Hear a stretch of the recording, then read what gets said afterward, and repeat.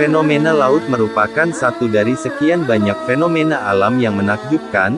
Manusia telah mengetahui bahwa ada pertemuan dua laut dengan karakteristik yang berbeda.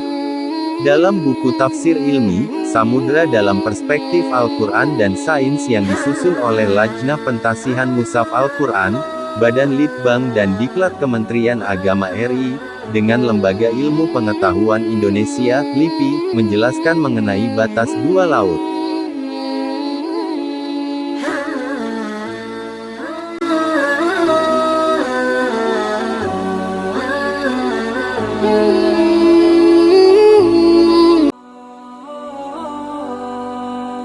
Masing-masing tetap pada karakteristiknya, meskipun secara kasat mata bercampur oleh deburan gelombang.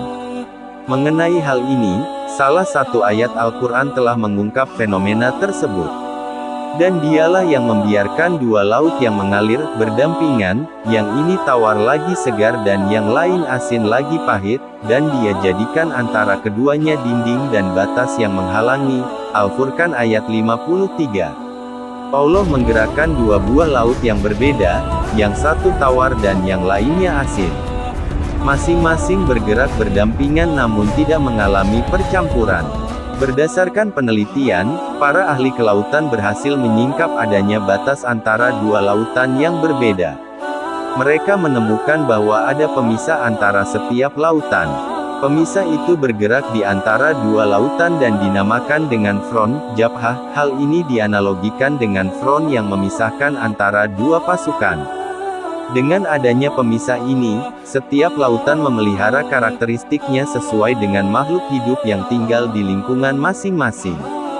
Di antara pertemuan dua laut itu, terdapat lapisan-lapisan air pembatas yang memisahkan antara keduanya, dan berfungsi memelihara karakteristik khas setiap lautan dalam hal kadar berat jenis, kadar garam, biota laut, suhu dan kemampuan melarutkan oksigen. Secara saintifik dapat diterangkan alasan-alasan tidak bercampurnya kedua laut tersebut saat bertemu sehingga terdapat batas yang jelas yang memisahkan keduanya. Batas dua laut dapat berupa batas horizontal, yaitu ketika massa air laut yang satu berada di atas massa air laut yang lain, atau batas vertikal, yaitu ketika massa air laut yang satu berada di sisi massa air laut yang lain atau kedua laut itu berdampingan. Kandungan kadar garam masing-masing air laut mungkin berbeda. Ketika dua lautan yang berbeda salintas kadar garam air laut saling bertemu, kedua lautan itu tidak akan bercampur.